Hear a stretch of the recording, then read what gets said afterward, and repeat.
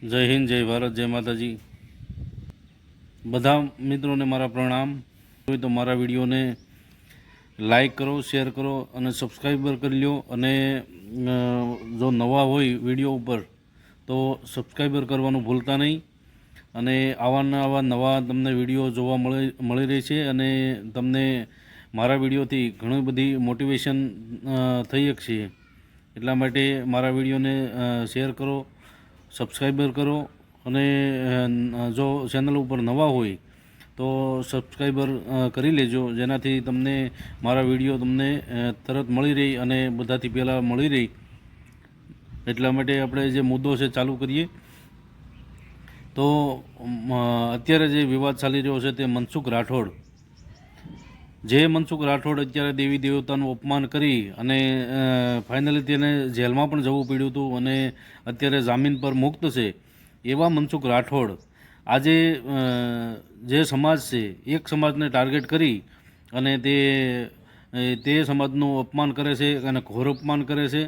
એના માટે મનસુખ રાઠોડની સામે ઘણા બધા લોકો ફોન કરે છે અને જેને ફોન કરે છે તેને નીચું પાડવા માટે ફોન કરે છે, ફોનમાં વાત કરે છે અને કોઈ પણ એને પબ્લિસિટી મેળવવા માટે આવા લોકોને નીચા પાડવા માટે અને કોઈ લોકોને કે કોઈ વ્યક્તિને સાચો જવાબ કે સીધી રીતે વાત કરતો નથી।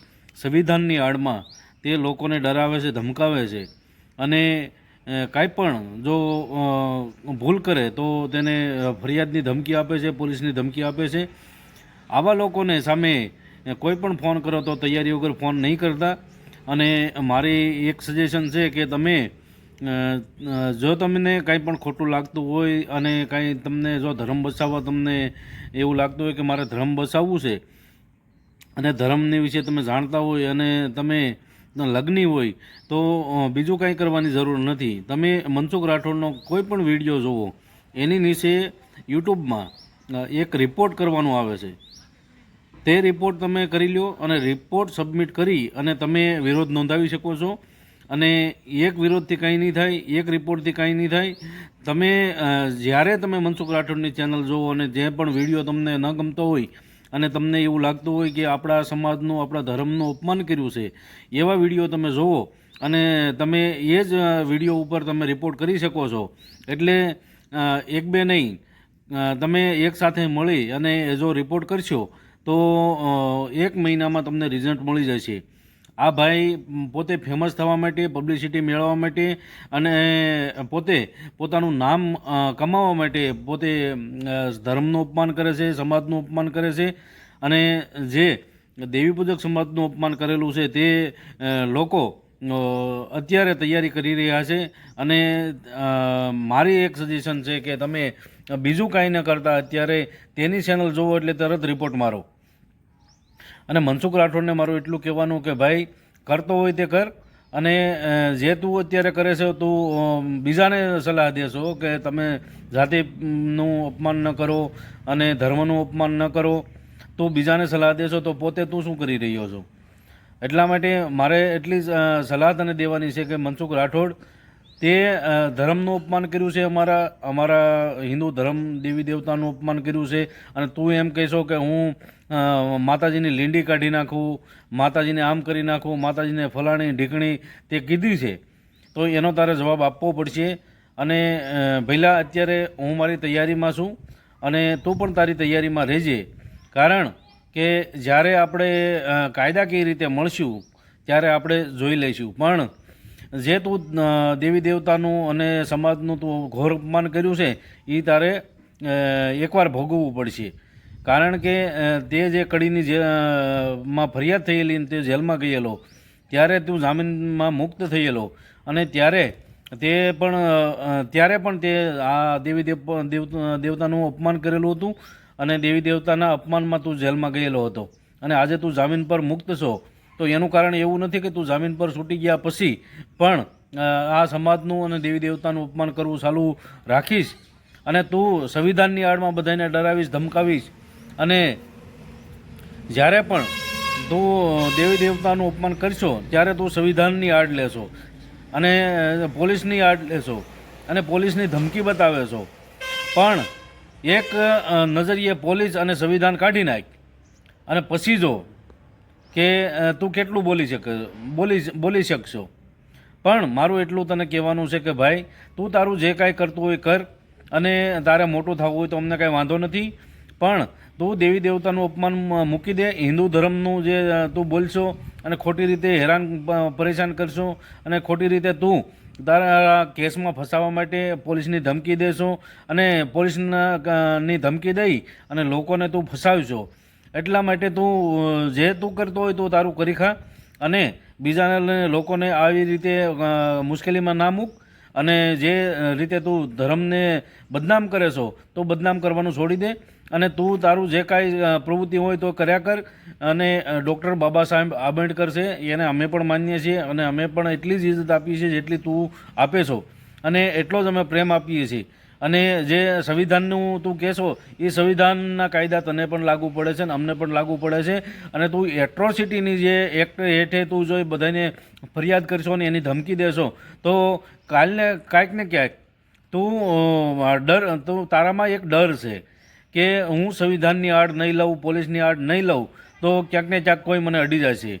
એટલા માટે કોઈને તું ધમકાવે છો, ડરાવે છો. એટલે મનસુખ રાઠોડ આ બધું મૂકી દે. અને તારે મારે વાત થઈ ગઈ હતી અને તારા ઘરે હું આવ્યો હતો ત્યારે પણ મેં તને કીધું હતું કે ભાઈ તું ધર્મનું મૂકી દે. અને તારે મારી ઉપર જે તે ખોટા કેસ કરાવ્યા હતા, ખોટી ફરિયાદો કરાવી હતી અને એના લીધે હું હેરાન પરેશાન થઈ રહ્યો છું, દુઃખી થઈ રહ્યો છું. એટલા માટે મેં તને ત્યારે પણ તને જાહેરમાં માફી માંગી હતી તારા જે રામોદની અંદર પ્રોગ્રામની અંદર, અને કીધું હતું કે ભાઈ મારે મારા માટે કાંઈ નથી કરવું, પણ જે ભેસાસુર દાદાનું જે મંદિર છે તે આજે બંધ પડ્યું છે એના માટે મેં તને ચર્ચા કરી હતી અને તું સમજ્યો નહોતો. અને છેલ્લે તું એ તારા જે કાંઈક પરાક્રમ હતા તે ચાલુ કર્યા છે. માત્ર ને માત્ર તું અત્યારે પોતે ફેમસ થવા માટે તું એટલું બધું કરી રહ્યો છો અમે બધા જાણીએ છીએ, પણ એક સંવિધાનની આડમાં અને એક પોલીસની આડમાં તું બધાને ડરાવી ધમકાવી અને આવા બધા તું પેતરા કરી રહ્યો છો, બધા જાણે છે. અને તું અત્યારે કોઈ પણ તને ફોન કરે છે તો તું એને અડધૂત કરે છો, જાતિ અપમાન કરે છો અને ન બોલવાના શબ્દ બોલે છો. જે અમારી કુળદેવી હોય કે અમે જેને માનતા હોય, અમારું આસ્થાનું પ્રતીક હોય, એના વિશે તું બોલશો એટલે તને આ શોભતું નથી. કાલ સવારે તને પણ કોઈ અડી જશે ત્યારે તકલીફ થશે અને તું જ્યારે પણ તને કોઈ કાંઈ પણ પ્રેશર કરે છે ત્યારે તું પોલીસની આડમાં તું બચશો અને સંવિધાનની આડમાં બચશો. અને તું કહેશો કે હું કોર્ટમાં હોઈ છું, ગાંધીનગર હોઈ છું, તો ભાઈ તું એવું તો શું કામ કરે છો? તું આટલા વાર તું કોર્ટમાં હોઈ છો અને જ્યારે તને ભીહ પડે ત્યારે તું કોર્ટમાં કરી જશો, કોર્ટની આડ લેશો, સંવિધાનની આડ લેશો અને પોલીસની આડ લેશો. પણ ભઈલા આ ખોટું છે. ક્યાંક ને ક્યાંક ક્યારેક કોઈક ન્યાય કરી દે છે. ઉપરવાળાની જે લાકડી છે ને એમાં ક્યાં અવાજ નથી હોતો, પણ જ્યારે પણ એ લાકડી હાલશે ને ત્યારે તને ખબર નહીં પડે કે શું થયું. અને તમારે જે કાંઈ તમે કહો છો કે અમારે આ બનવું છે, તે બનવું છે, મને ફલાણો બનાવી ગયો, ઢીકણો બનાવી ગયો, પણ એકવાર એવો ટાઈમ આવશે કે ત્યારે તારી જે કાંઈ ઈચ્છા છે એ પ્રમાણે તું બની જઈશ. પણ અત્યારે અમારી એક જ રિક્વેસ્ટ છે મનસુખ રાઠોડ કે તું અત્યારે દેવી દેવતાનું જે અપમાન કરે છે તું છોડી દે અને જે તારું જે કાંઈ પ્રયત્ન છે, તારી જે કાંઈ મહેનત છે અને તારા સમાજની જે તે કીધું છે કે મારા સમાજને ઉપર લાવવો છે, તો તારા સમાજને ઉપર લાવવા માટે જે કાંઈ તારે કરવું પડે તું કર, અમને કંઈ વાંધો નથી. પણ જે તું અમારા દેવી દેવતાનું અપમાન કરે છો અને સનાતન ધર્મનું અપમાન કરે છો અને માતાજીનું અપમાન કરે છો અને માતાજીને લઈ અને તું સંવિધાનની આડમાં, પોલીસની આડમાં અને બીજાને ડરાવે ધમકાવે છો, તો ભઈલા આ બધું મૂકી દે. આમાં કંઈ પણ મળવાનું નથી. ક્યારેક કોઈક અડી જાહે અને ક્યારેક કોઈક એવું થઈ જાહે કે ભાઈ કોઈને જીવવાલો નહીં હોય કે પછી કોઈને જિંદગીવાળી નહીં હોય ત્યારે સામેવાળાનું કોઈ વિચારતું નથી. ભઈલા એટલું સજેશન છે મારા તરફથી. અને તું આગળ વધે એમાં અમને કાંઈ તકલીફ નથી. સનાતન હિન્દુને કંઈ પણ તકલીફ નથી, તું આગળ વધે. પણ કોઈને ખોટું લગાડી અને ખોટી ગેરમાર્ગે દોરી અને ધર્મનું જાતિ પ્રત્યે અપમાન કરી સંવિધાનની આડમાં, પોલીસની આડમાં તું જે મોટો બની છો ને એ અમને તકલીફ છે. બાકી સાદી રીતે અને સીધી રીતે, સરળ રીતે જે તેવું આગળ વધ તારા સમાજને આગળ લાવ, અમને કાંઈ વાંધો નથી. પણ અમારા સમાજને કે એક સમાજને ટાર્ગેટ કરીમાં કોઈ નબળો સમાજ હોય એને એવું મતલબ નથી કે તું એને સીધી રીતે ટાર્ગેટ કરી શકે. એટલે અમારા સમાજે તને તારું કાંઈ બગાડ્યું નથી. પણ જે તું દેવી દેવતાઓનું અપમાન કરશો અને જે તું શબ્દ વાપરશો જાતિ પ્રત્યેના, જાતિના જે શબ્દ વાપરશો, જે ગેરબંધારણીય શબ્દ વાપરશો, તું અને તને તે એવી ખબર પડે છે કે ગેરબંધારણીય શબ્દ વપરાતો નથી અને છતાં તું જાહેરમાં તું જે જાતિનું અપમાન કરે છો એના વિશે અમને તકલીફ છે. એટલે ભાઈ શેતીજા, અમને કાંઈ વાંધો નથી. અને મારા દર્શકોને એટલું જ જણાવવાનું કે તમે મારી ચેનલ સબસ્ક્રાઈબર ન કરી હોય તો સબસ્ક્રાઈબર કરી લો, લાઈક કરો, શેર કરો અને જેટલો આ વિડીયો બને એટલો શેર કરો. પણ કહેવાનો મતલબ એટલો છે કે જે આ મનસુખ રાઠોડની ચેનલ જુઓ અને એમાં તમે બધા રિપોર્ટ મારતા થઈ જાઓ અને રિપોર્ટ મારશો તો જ આનું પરિણામ સારું આવશે.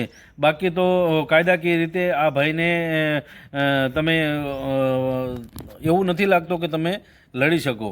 પણ ચેનલમાં જેટલી રિપોર્ટ મારશો એટલો તમને ફરક જણાશે. એટલે મારી એટલી રિક્વેસ્ટ છે. જય હિન્દ, જય ભારત, જય માતાજી.